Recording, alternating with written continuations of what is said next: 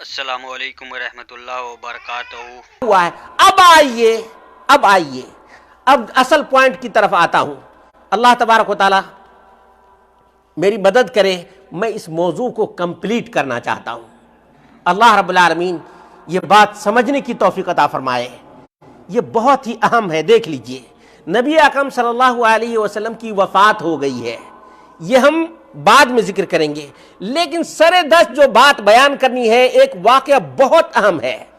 بہت اہم کیا ہے کہ نبی اکرم صلی اللہ علیہ وسلم نے ریعل، ذکوان اور لحیان اور عصیہ، ان تمام قبائل کے لوگوں کی اصلاح کے لیے 70 صحابہ کو بھیجا تھا.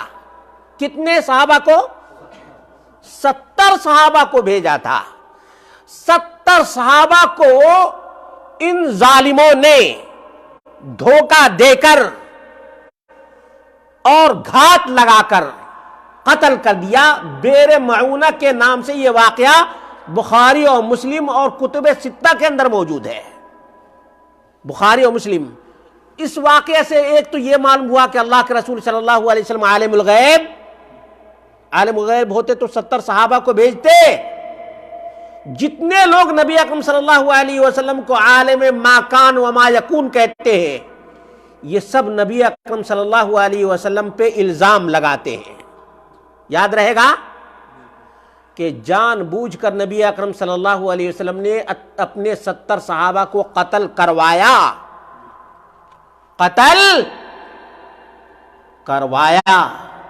کیوں؟ اس لیے کہ اگر آپ کو معلوم ہو کہ فلاں جگہ ڈاکو ہے اور جو بھی وہاں سے گزرتا ہے اس کو قتل کر دیا جاتا ہے، تو وہاں کسی کو آپ بھیجیں گے تو آپ مجرم قرار پائیں گے یا نہیں؟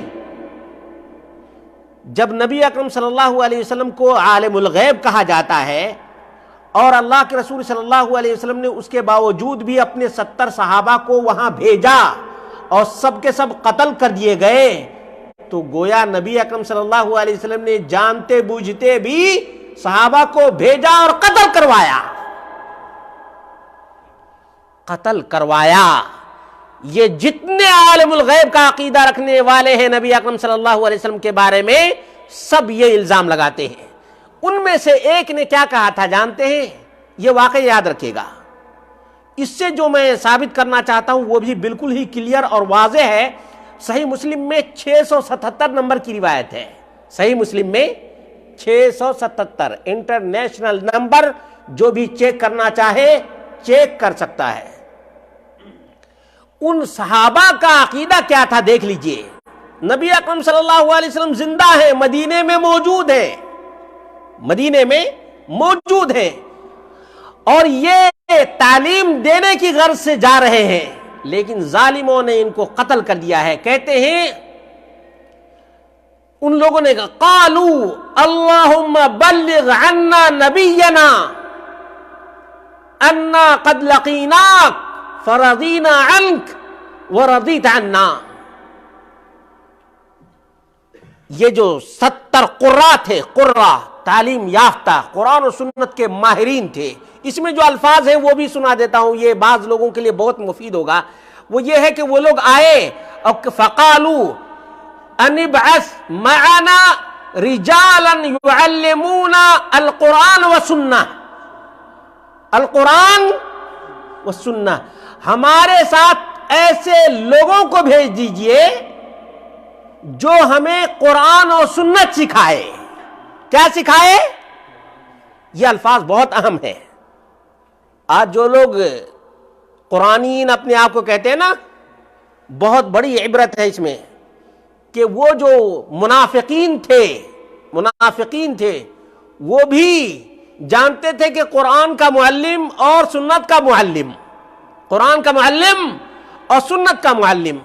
اس میں عقیدے کی جو بات ہے وہ یہ ہے کہ اللہ کے رسول صلی اللہ علیہ وسلم حاضر اور ناظر نہیں ہے. یہ نبی اکرم صلی اللہ علیہ وسلم کی زندگی کی بات ہے.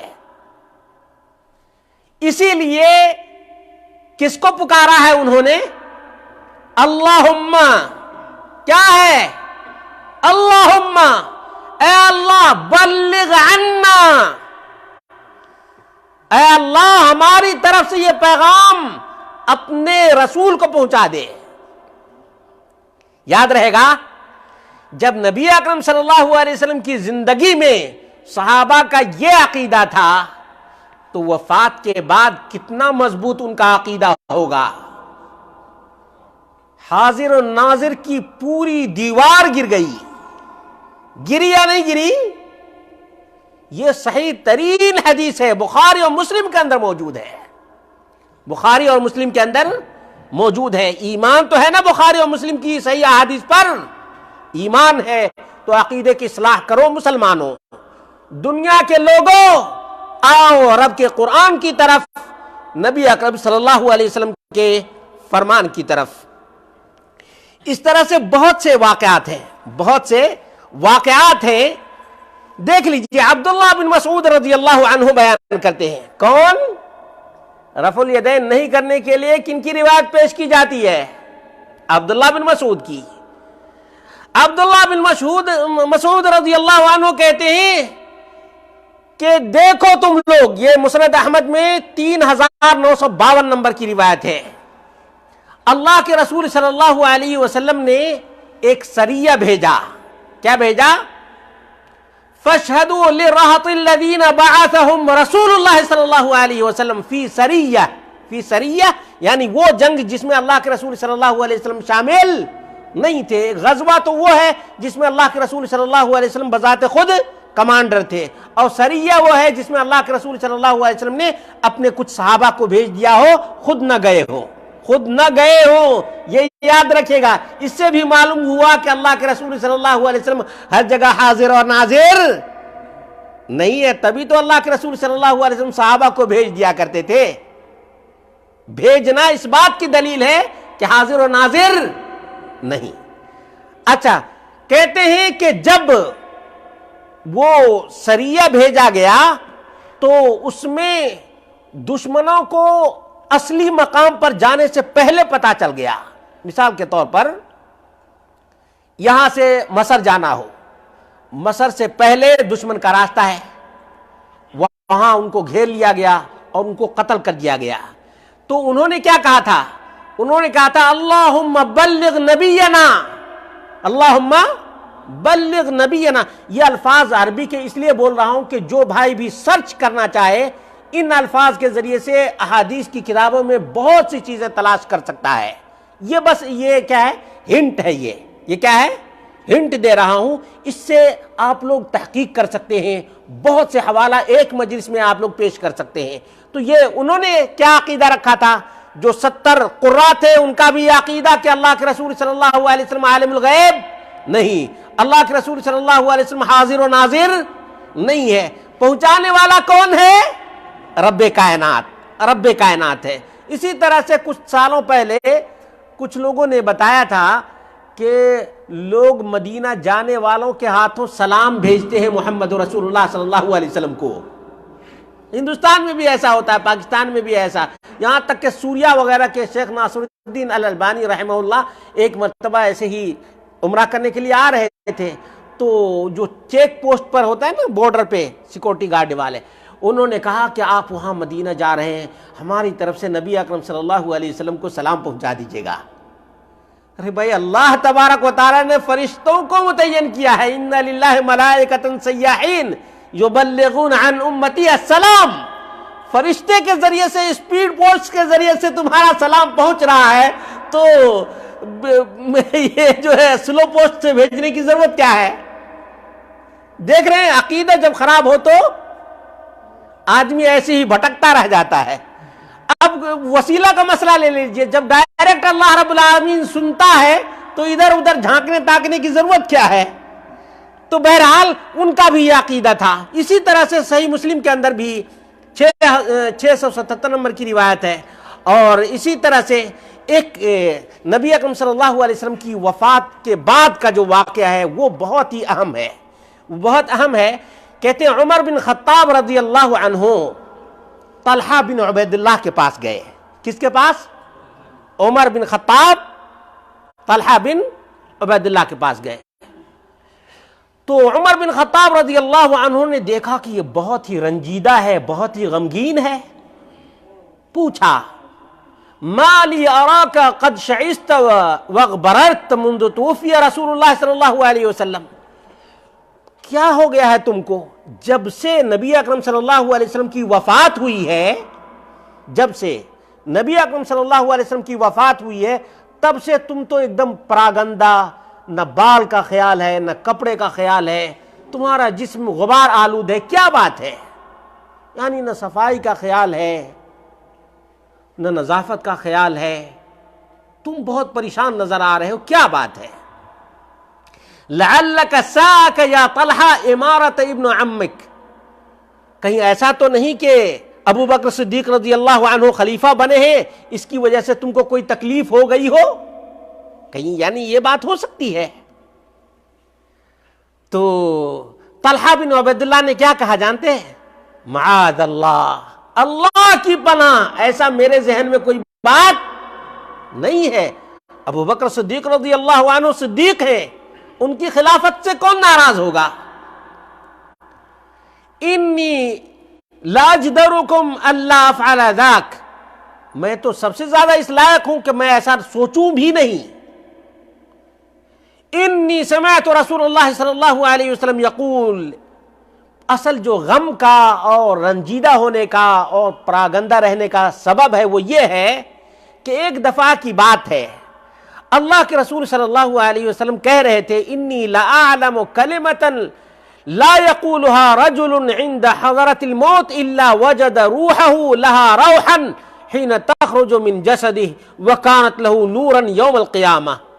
اللہ کے رسول صلی اللہ علیہ وسلم کہہ رہے تھے کہ جو شخص بھی موت کے وقت جانکنی کے عالم میں ایک کلمہ کہے گا، اس کو اللہ رب العالمین بہت ہی بڑی نعمت سے نوازے گا، اور جب اس کی روح جسم سے نکل جائے گی تو قیامت کے دن روشنی ملے گی۔ اتنا تک میں نے سنا تھا کہ ایک کلمہ جو موت کے وقت کہے گا، موت کے وقت کہے گا، اس کی روح نکل جائے گی اور اس کے لیے روشنی فراہم ہو جائے گی۔ فلم اسل رسول اللہ صلی اللہ علیہ وسلم عنہا ولم یخبرنی بہا فذلک الذی دخلنی۔ اللہ کے رسول صلی اللہ علیہ وسلم تو اس دنیا سے چلے گئے، وہ کلمہ کی فضیلت تو میں سن لیا، کلمہ کی فضیلت تو سن لیا، لیکن میں اللہ کے رسول صلی اللہ علیہ وسلم سے وہ کلمہ نہیں پوچھ سکا، وہ کلمہ نہیں پوچھ سکا میں، اور کسی نے مجھے آج تک بتایا بھی نہیں۔ مجھے اس کلمے کا غم ہے کہ وہ کلمہ نہیں ملا مجھ کو۔ اب میں کس سے پوچھوں جب اللہ کے رسول صلی اللہ علیہ وسلم کی وفات ہو گئی ہے؟ میں پوچھوں تو کس سے پوچھوں؟ میرے لیے یہ بہت ہی افسردگی کی بات ہے، میرے لیے بہت ہی رنج کی بات ہے۔ اللہ اکبر، یہ صحابی رسول ہیں میرے بھائیوں، صحابی رسول ہیں، ان کا مقام جانے کہ ایک ایک کلمے کی قدر جانتے تھے۔ وہ ایک کلمہ نہیں سن سکے تھے، اس کی حسرت ان کو ستا رہی تھی، اس کا رنج ان کو تھا، اس کلمے کا غم ان کے دل میں تھا، یہاں تک کہ لوگوں نے دیکھا ان کو کہ وفات مصطفیٰ کے بعد سے وہ بہت رنجیدہ ہیں، لیکن کہیں تو کس سے کہیں، بولیں تو کس سے بولیں؟ یہ تو عمر فاروق رضی اللہ عنہ ہیں جو اپنے بھائیوں کا خیال رکھا کرتے تھے، ملتے تھے، جلتے تھے، اور ان کی حالت پوچھا کرتے تھے، آخر ہوا کیا ہے تمہیں؟ کوئی ٹینشن ہے، کوئی غم ہے، کیا پریشانی ہے آخر بتاؤ؟ تو عمر فاروق رضی اللہ عنہ نے اطمینان دلایا۔ قال عمر رضی اللہ عنہ نے کہا فَأَنَا أَعْلَمُهَا، طلحہ تم غم مت کرو، وہ کلمہ میں جانتا ہوں، وہ کلمہ میں جانتا ہوں۔ قال فَلِلَّهِ الْحَمْدِ، جیسے ہی طلحہ بن عبید اللہ نے عمر رضی اللہ عنہ سے یہ کلمہ سنا کہ میں جانتا ہوں، کہا اللہ کا شکر ہے کہ اللہ رب العالمین نے یہ کلمہ عطا فرما دیا۔ یہ کلمہ مل گیا مجھ کو، جس کلمے کا مجھ کو غم تھا اور جس کلمہ کے کھونے کی وجہ سے میں نبی اکرم صلی اللہ علیہ وسلم کی وفات سے لے کر اور آج تک میں رنجیدہ تھا، وہ کلمہ الحمدللہ، اللہ کا شکر ہے۔ قال فما ہی، اب بے قرار ہو گئے، بے قرار ہو گئے، کیا آخر وہ کلمہ کیا ہے؟ جلدی کیجیے اور بتا دیجیے۔ قال ہی الکلمہ التی قالها لعمہ، تمہیں معلوم ہے یہ وہی کلمہ ہے جو اللہ کے رسول صلی اللہ علیہ وسلم نے اپنے چچا سے کہنے کے لیے کہا تھا، یہ وہی کلمہ ہے، لا الہ الا اللہ۔ قال طلحہ صدقت، مسند احمد 252، ابن ماجہ 3795۔ یہ حدیث کا نمبر بتا رہا ہوں، حدیث کا نمبر بتا رہا ہوں۔ اللہ کے رسول صلی اللہ علیہ وسلم کے بارے میں صحابہ کا کیا عقیدہ تھا کہ اللہ کے رسول صلی اللہ علیہ وسلم حاضر اور ناظر ہیں؟ حاضر اور ناظر ہوتے تو یہ کلمہ نہ سیکھ لیتے یا نہیں سیکھ لیتے؟ اتنے دنوں تک رنجیدہ ہوتے؟ مسلمانوں، دنیا کے لوگوں، یاد رکھو، اللہ کی رحمت اس وقت تک نازل نہیں ہوگی جب تک تم رحمت للعالمین کی بات کو نہ سمجھو گے اور نہ اپناؤ گے۔ رحمت للعالمین کا تم نام لیتے ہو، لیکن نہ تمہارا ایمان محمد رسول اللہ صلی اللہ علیہ وسلم جیسا، نہ تمہارا عقیدہ محمد رسول اللہ صلی اللہ علیہ وسلم جیسا، نہ تمہارا منہج صحابہ جیسا اور نہ تابعین جیسا۔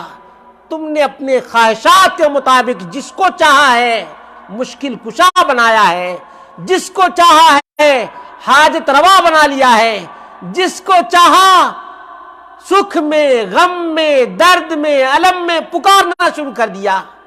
دین تمہارا تو نہیں ہے نا، دین رب کائنات کا ہے۔ منمانی کرو گے تو نفس کے پجاری کہلاؤ گے، اور آج کتنے ہی نفس کے پجاری ہیں، آج کتنے ہی نفس کے پجاری ہیں۔ دیکھ لیجئے، اللہ کے رسول صلی اللہ علیہ وسلم کے پاس ایک خاتون آئی، یہ ترمذی میں 3676 نمبر کی روایت ہے۔ اللہ کے رسول صلی اللہ علیہ وسلم کے پاس جاءت امرات الى رسول اللہ صلی اللہ علیہ وسلم فکلمته فی شیء فامرها بامر، ایک عورت نبی اکرم صلی اللہ علیہ وسلم کے پاس آئی۔ آنے کا مطلب ہے کہ اللہ کے رسول صلی اللہ علیہ وسلم ہر جگہ موجود ہوتے تو کسی کو آنے کی ضرورت نہیں ہوتی نا، اور اس کے لیے تو بہت بے شمار دلائل ہیں۔ اللہ کے رسول صلی اللہ علیہ وسلم کا انتظار صحابہ مسجد میں بیٹھ کر کیا کرتے تھے یا نہیں؟ یہ سب اشارات ہیں، میں کہہ رہا ہوں۔ اگر اللہ کے رسول صلی اللہ علیہ وسلم ہر جگہ موجود ہوتے تو ہجرت کی ضرورت مکی اور مدنی کی ضرورت پڑتی نہیں نا۔ اللہ کے رسول صلی اللہ علیہ وسلم کی وہ عظیم ترین حدیث کتب ستہ کے اندر موجود ہے۔ اللہ کے رسول صلی اللہ علیہ وسلم کے گھر 3-4 لوگ آئے پوچھنے کے لیے ہمیشہ روزہ رکھ سکتے ہیں یا نہیں، بغیر شادی کے رہ سکتے ہیں یا نہیں۔ ان لوگوں نے محمد رسول اللہ صلی اللہ علیہ وسلم کو گھر میں پایا نہیں پایا۔